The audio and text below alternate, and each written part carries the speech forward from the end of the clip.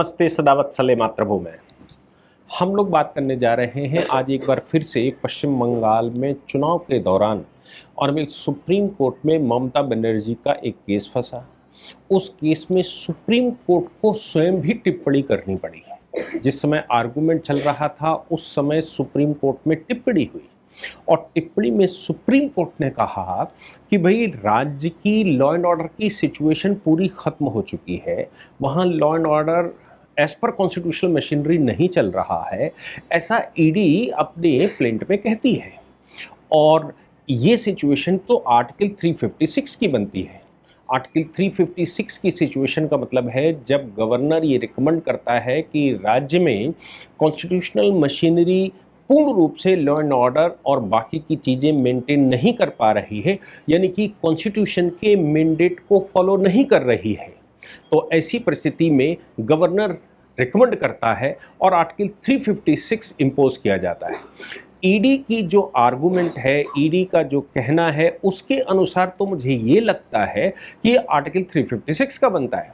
इतने में आपको याद होगा जब पहली तारीख पड़ी थी तब भी कपिल सिब्बल साहब ने कहा था, वो बात उन्होंने चीफ जस्टिस से कही थी।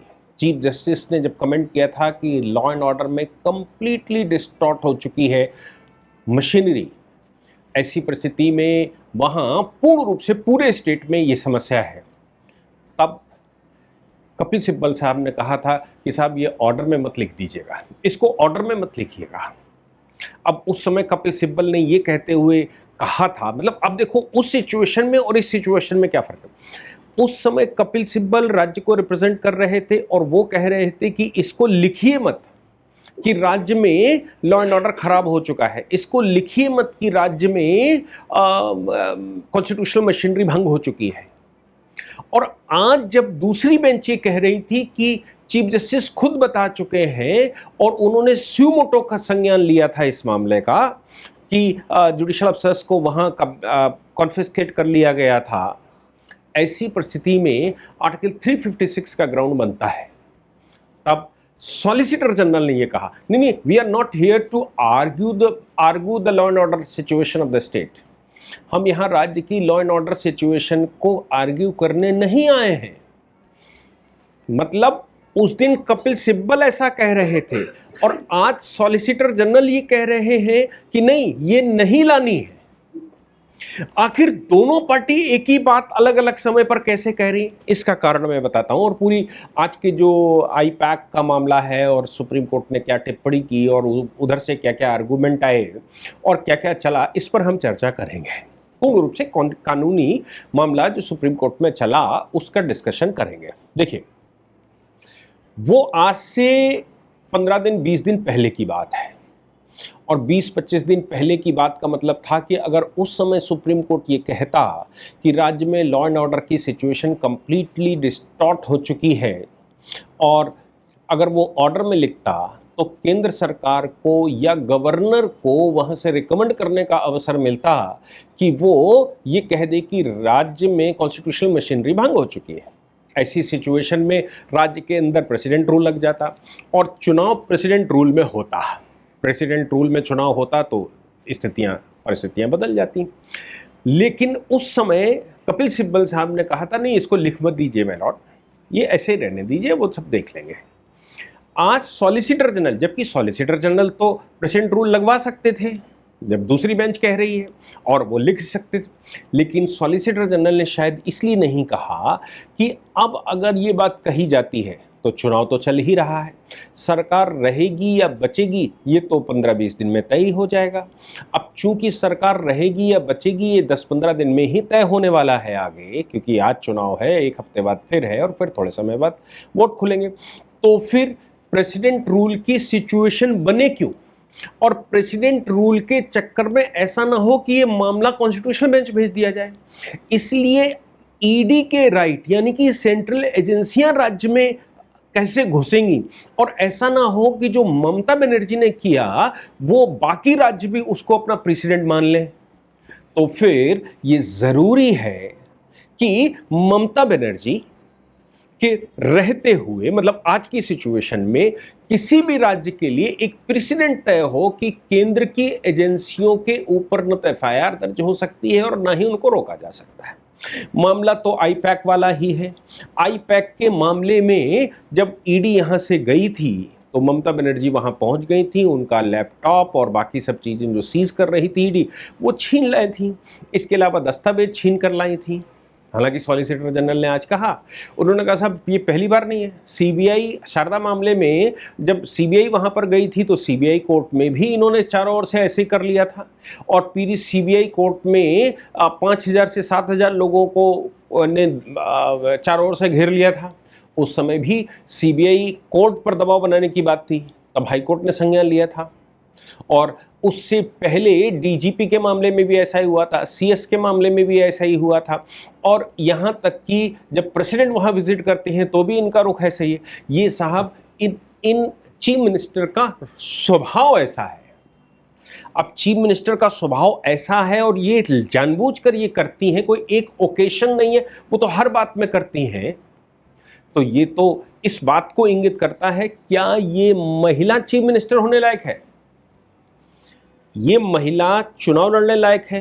क्या ये महिला रिप्रेजेंट करने लायक है? जिसको कॉन्स्टिट्यूशन मानना ना हो, जिसको कॉन्स्टिट्यूशन मशीनरी फेल करने में ही मजा आता हो, केंद्र की एजेंसियों को काम ना करने दिया जाए और उल्टा केंद्र की एजेंसी जब वहां करती है तो उसको पुलिस से गिरफ्तार करवा ले, ईडी के खिलाफ एफआईआर दर्ज करवा ले, सीबीआई के खिलाफ एफआईआर दर्ज हो जाए, उनको चारों ओर से घेर लिया जाए, उनको भगा भगा कर मारने की कोशिश की जाए, उन पर हमले राज्य में कर दिए जाए और ये कहा जाए कि भाई सीबीआई आई क्यों थी हमारे राज्य में, ईडी हमारे राज्य में इंटरवीन कर रही है, वो तो मोदी जी के कहने पर चल रही है और वो तो ऐसा कर रही है, वो तो वैसा कर रही है। ये सिचुएशन ये बताती है कि भ्रष्टाचार के मामले कभी भी पश्चिम बंगाल में नहीं खोले जा सकते, ममता बनर्जी के होते हुए कभी नहीं खोले जा सकते। ये इस बात को इंगित करता है। ये बहस, मैं उनका लद्दुला बात बता रहा हूँ, ये बहस वहाँ चली, लेकिन एक बड़े टेक्निकल पॉइंट पर सवाल खड़े हुए हैं। टेक्निकल पॉइंट पर सवाल क्या खड़े होते हैं? अब ये कॉन्स्टिट्यूशन का मामला है। जो लोग भी कॉन्स्टिट्यूशन, जैसे मैं कॉन्स्टिट्यूशन जब पढ़ाता हूँ judicial services, higher judicial services के लिए, जजेस प्रमोशन के लिए या फिर यूपीएससी के लिए, तो हम कॉन्स्टिट्यूशन को थॉरली उसके एक एक पॉइंट बताते हैं। अब ये एनोमलीज जो है कॉन्स्टिट्यूशन की, जो नई नई आती रहती हैं, उनको हम आपके सामने भी डिस्कस करते हैं। अब ये नई एनोमली है जो कि कॉन्स्टिट्यूशन की एनोमली है। एनोमली क्या है? ईडी ने आर्टिकल 32 फाइल किया। आर्टिकल 32 हम सब जानते हैं रिट मामला बनता है, और रिट का मामला जब आर्टिकल 32 में बनता है तो फिर वो पीआईएल के स्ट्रक्चर में भी आता है और बाकियों में भी आता है, फंडामेंटल राइट के ब्रीच पर भी आता है। अब ईडी क्या फंडामेंटल राइट रखती है?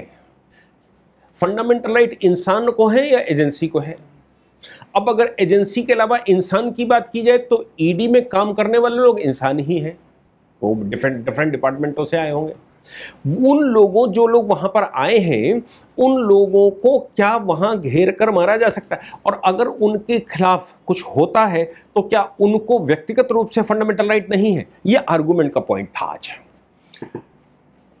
ममता बनर्जी साइड ये कह रही थी कि साहब आर्टिकल 32 मेंटेनेबल ही नहीं है। इसलिए मेंटेनेबल नहीं है क्योंकि ईडी एक एजेंसी है और एजेंसी के फंडामेंटल राइट नहीं होते। सॉलिसिटर जनरल ने कहा ईडी के जो कर्मचारी हैं उनको आर्टिकल 14 में इक्वलिटी है, उनको पूरा अधिकार है, बाकी जैसे एजेंसियां फ्री काम करती हैं वैसे उनको भी फ्री काम करने का अधिकार है।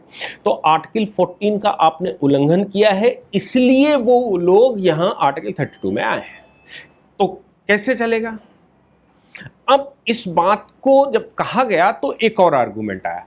एक आर्गुमेंट ये आया कि आर्टिकल 131, अब कॉन्स्टिट्यूशन का जो आर्टिकल 131 है वो ये कहता है कि भाई राज्य और केंद्र के बीच में डिस्प्यूट होता है तो ओरिजिनल ज्यूरिडिक्शन सुप्रीम कोर्ट का लगता है, यानी कि और कोई अदालत उसको नहीं सुन सकती जब केंद्र और राज्य के बीच में कोई झगड़ा है। पश्चिम बंगाल सरकार ये कह रही थी कि साहब this is the dispute between central and state. Central and state का मतलब सेंट्रल की एजेंसी और स्टेट की एजेंसी, तो ये सेंट्रल और स्टेट का डिस्प्यूट है। सुप्रीम कोर्ट ने तत्काल वापसी मारी और उन्होंने कहा कि सेंट्रल और स्टेट का डिस्प्यूट कैसे है, क्या ये सेंट्रल डिस्प्यूट आपकी मुख्यमंत्री किसी एजेंसी के अधिकारियों को घेर लेती है और उनसे इन्वेस्टिगेशन का सामान छीन ले जाती है, जो कुछ वो सीज कर रहे हैं वो छीन कर ले जाती हैं और फिर उनके खिलाफ एफआईआर दर्ज करवाती हैं, एफआईआर दर्ज करवा के उनकी गिरफ्तारी की बात करती हैं, तो क्या ये केंद्र और राज्य का डिस्प्यूट है? It's an executive function. ये कोई ऐसा तो है नहीं कि वो लीगली कोई मामला बनता हो, कि केंद्र और राज्य के कानूनों में टकराव हो। एजेंसी केंद्र और राज्य के कानून में कोई टकराव ही नहीं है। एजेंसी के पास राइट है, वो भ्रष्टाचार के मामलों पर प्रीडिकेट ऑफेंसेस को जाकर इन्वेस्टिगेट करती है, वो वहां छापे मारकर इकट्ठा करती है एविडेंसेस। उसको कोई राज्य कैसे रोक सकता है? राज्य रोक रहा है तो ये तो इन्फ्रिंजमेंट है ना राज्य के द्वारा या मुख्यमंत्री के द्वारा। इसको कैसे कहा जा सकता है कि केंद्र स्टेट का डिस्प्यूट है? ये केंद्र और स्टेट का डिस्प्यूट नहीं है। उनका कहना था आर्टिकल 131 में आना चाहिए। इन्होंने कहा सुप्रीम कोर्ट ने कहा आर्टिकल 131 में क्यों आना चाहिए? ये कोई केंद्र राज्य का डिस्प्यूट ही नहीं।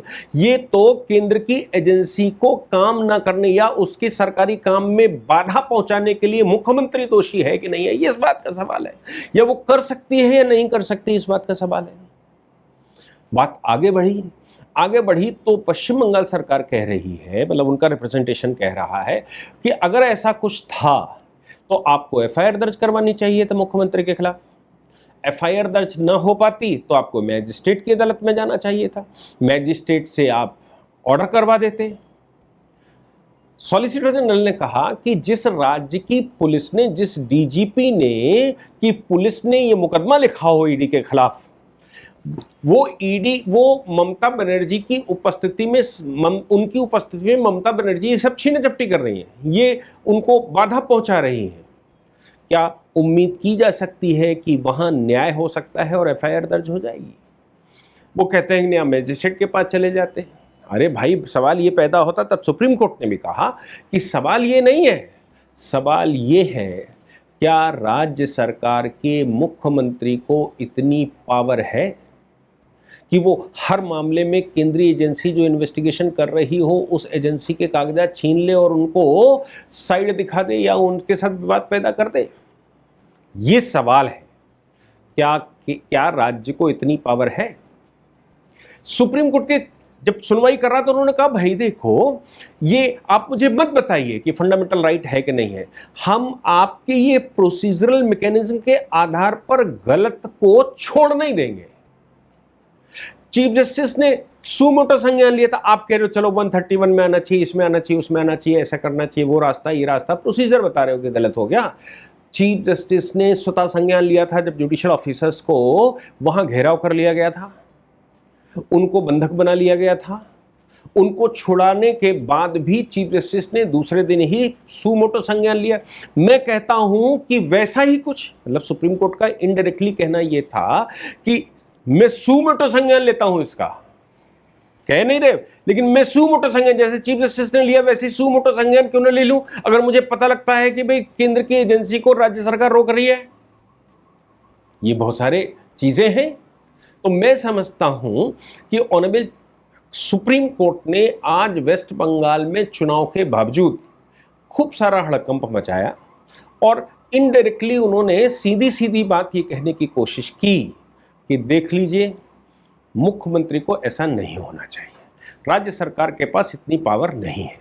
अब मैं कहता हूं कि अगर ये कह रही है सुप्रीम कोर्ट इनडायरेक्टली ही सही, जजमेंट में जब लिखेगी तब लिखेगी, तो क्या कैंडिडेट की योग्यता पर प्रश्न खड़ा किया जा सकता है? योग्यता से मतलब है कि एलिजिबिलिटी, किसी भी कैंडिडेट की एलिजिबिलिटी ये होती है कि वो भारत का नागरिक हो, 25 साल की उसकी आयु हो, उसको डीबार ना किया गया हो, रिप्रेजेंटेशन ऑफ पीपल एक्ट के तहत उसको राइट हो।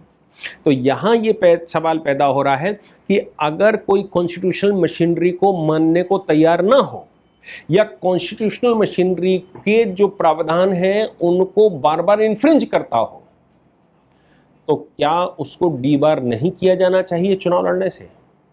अब डीबार अगर उसको किया जाना चाहिए चुनाव लड़ने से, तो फिर ममता बनर्जी क्या मुख्यमंत्री हो सकती हैं? अब इसको दूसरे शब्दों में समझने की कोशिश करते हैं। जयललिता मुख्यमंत्री थी तमिलनाडु सरकार की।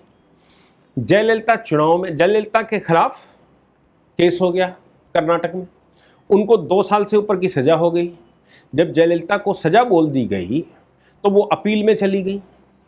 इधर चुनाव हो गया, जब चुनाव हुआ तो जयललिता फिर से वहां से जीत कर आ गई। राज्यपाल ने उनको शपथ देने के लिए बुला दिया, मामला सुप्रीम कोर्ट आ गया। सुप्रीम कोर्ट में तमिलनाडु सरकार ने आर्गुमेंट ये किया कि पूरा तमिलनाडु उनको मैंडेट दे रहा है, इसलिए वो मुख्यमंत्री हैं, इसलिए उनको मुख्यमंत्री बना रहना चाहिए। सुप्रीम कोर्ट ने उस समय तर्क दिया था, बी आर कपूर, जहां तक मुझे याद है बी आर कपूर का जजमेंट था, सुप्रीम कोर्ट ने उस समय तर्क दिया था कि श्रीमान जी, ये जो देश है ये संविधान से चलता है, जनता के वोट से नहीं, वो एक प्रक्रिया है, लेकिन संवैधानिक मैंडेट ये है कि जिसको 2 साल से ऊपर की सजा हो चुकी हो वो चुनाव नहीं, वो मुख्यमंत्री नहीं बन सकता। चूंकि चुनाव तो वो लड़ ही नहीं पाई थी, वो तो सीधे मुख्यमंत्री बन रही थी, शपथ ले ली थी उन्होंने।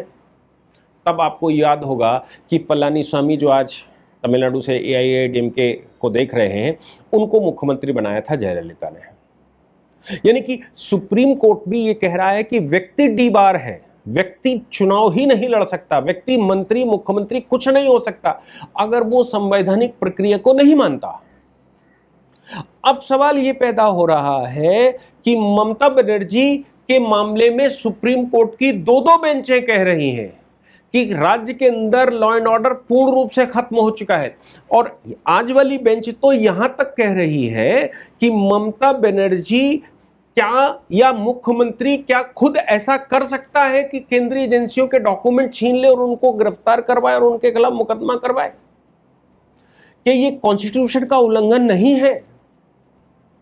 अब जब ये सिद्ध हो रहा है कि कॉन्स्टिट्यूशन का उल्लंघन है, तो सवाल ये है, क्या ममता बनर्जी को चुनाव आयोग को अयोग्यता प्रमाण पत्र देना चाहिए,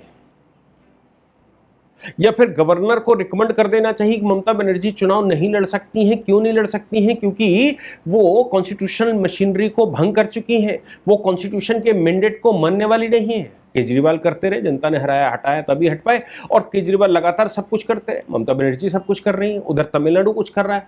तो क्या ये प्रावधान नहीं होने चाहिए कि जिसको कोर्ट ऐसा घोषित कर दे वो चुनाव नहीं लड़ सकता? मैं समझता हूं इस पर एक बड़ी डिबेट की आवश्यकता है। लेकिन कॉन्स्टिट्यूशन तो कॉन्स्टिट्यूशन है। कॉन्स्टिट्यूशन हमसे जो लोग पढ़ते हैं वो गहराई जानते ही होंगे, ऑनलाइन भी पढ़ते हैं वो गहराई जानते होंगे, बहुत अच्छी रिकॉर्डेड क्लासेस होती हैं क्लासरूम की ही। कॉन्स्टिट्यूशन UPSC PSC या इनके बच्चे पढ़ना चाहते हैं वो ही, उनका भी स्वागत है। नीचे से ऐप डाउनलोड करेंगे, कुछ पेमेंट डालेंगे तो आपको कॉन्स्टिट्यूशन के वो basic anomalies, basic structure, basic चीज़ें जो उसके पीछे की हैं, जिनको मैं अक्सर टेलीविज़न चैनलों पर बैठकर भी बीइंग ए कॉन्स्टिट्यूशनल एडवाइज़र या कॉन्स्टिट्यूशन का जानकार या कुछ लोग कॉन्स्टिट्यूशनल एक्सपर्ट कहते हैं, मैं बोलता रहता हूँ देश के बड़े डिस्प्यूटों को लेकर। आप भी उनका लाभ ले सकते हैं। जय हिंद, जय भारत, वंदे मातरम।